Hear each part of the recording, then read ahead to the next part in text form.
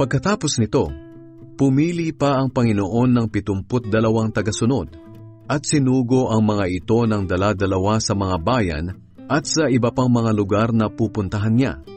Sinabi niya sa kanila, "Marami ang aanihin ngunit kakaunti ang tagapag-ani.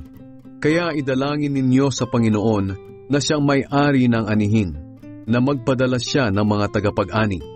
Sige, lumakad na kayo. Ngunit mag-ingat kayo, dahil tulad kayo ng mga tupang isinugo ko sa mga lobo.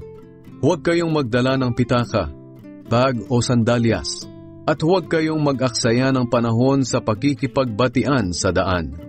Pagpasok nyo sa alinmang bahay, sabihin muna ninyo, maghari nawa ang kapayapaan sa tahanang ito.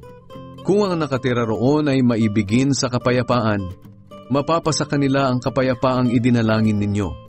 Ngunit kung hindi rin nila makakamtan iyon. Manatili kayo sa bahay na tinutuluyan ninyo. Huwag kayong magpalipat-lipat ng bahay.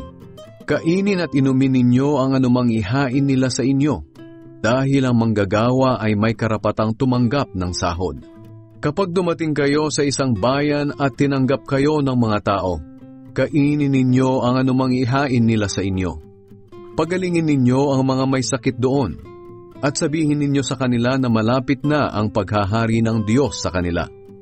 Ngunit kung ayaw kayong tanggapin sa isang bayan, umalis kayo, at habang naglalakad kayo sa lansangan nila ay sabihin ninyo, kahit ang alikabok ng bayan ninyo na dumidikit sa mga paa namin, ay ipinapagpag namin bilang babala sa inyo. Ngunit dapat ninyong malaman na malapit na ang paghahari ng Diyos. Sinabi pa ni Jesus sa mga tagasunod niya, tinitiyak ko sa inyo na sa araw ng paghuhukom, mas mabigat na parusa ang tatanggapin nila kaysa sa mga taga-Sodom.